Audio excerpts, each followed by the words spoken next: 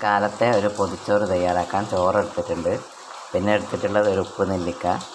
ഇനി നമുക്ക് ചമ്മന്തി വെച്ച് കൊടുക്കാം.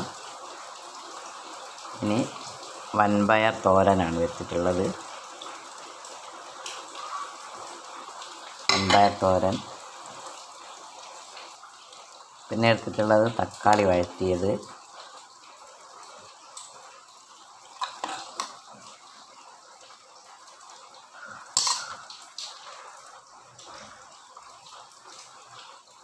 ഇത്രയാണ് എടുത്തിട്ടുള്ളത്. ചോറ്, വൻപയർ തോരൻ, ചമ്മന്തി, തക്കാളി വഴറ്റിയത്, ഉപ്പ് നെല്ലിക്ക.